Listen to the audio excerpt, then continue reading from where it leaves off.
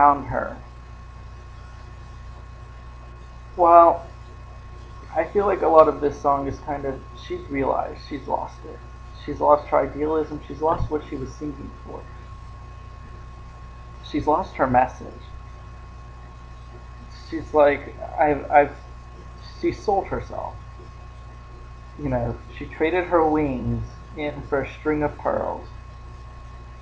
She traded her message, her spirituality, everything that was her and her message and what she was trying to do and how she was trying to help society. She traded that all in for wealth and fame and fortune and all these pretty pearls that were thrown in front of her. String of pearls, but a string is all I've left. It didn't matter in the end. I sold myself, and what do I have for it? What do I have to show for it? Nothing. I have a string. I'm fading, just like fairy tales where the hero loses faith. I've lost my idealism. I've lost what I was singing for. I've lost what I was trying to do.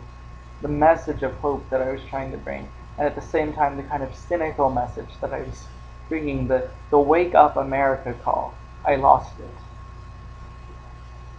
And then, you know, she uses kind of this symbolism of like stripping in the bathroom at Walmart, you know, stripping off the material things and trying to find something that's really her, that was really what she wanted to bring to the world. Is there any of that left? Is there any of her idealism left? Has she lost it? Has she lost all of it? And that's the question she kind of poses to Blady. What happens when we lose our idealism? What happens to us when we get pulled in the way? When we've lost everything that made us, you know, an asset for? That, you know, when we lose our message, when we lose our hope? I guess she answered me because they took me away. You know, we get focused on the real world instead of what could and by all rights should be, which is separate from fantasy. What could and should be isn't fantasy. It's something attainable. Fantasy is hiding ourselves from making what could be, what should be, what is. Fantasy distracts us from reality. And that's kind of her, she's gone back to herself in that song. She actually comes back to her message. Materialism isn't so great. What did it give me? It gave me a string. Oh, it's a very pretty string. You know, it's kind of like,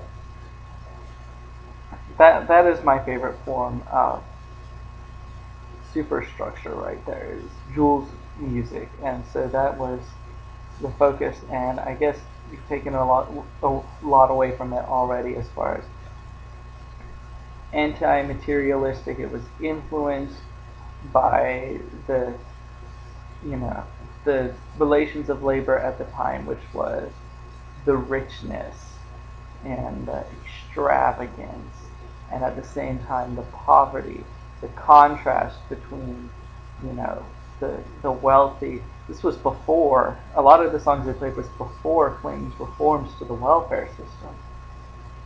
This is, you know, we have on the one hand these extremely impoverished people who don't have enough to get by, and on the other hand, these people up here at the top who have everything they want and need and then some, and yet they make it hard for the people below.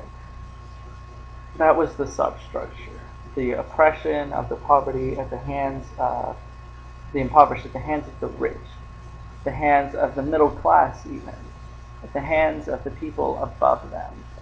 You know, we don't focus in the substructure. The focus wasn't on helping people.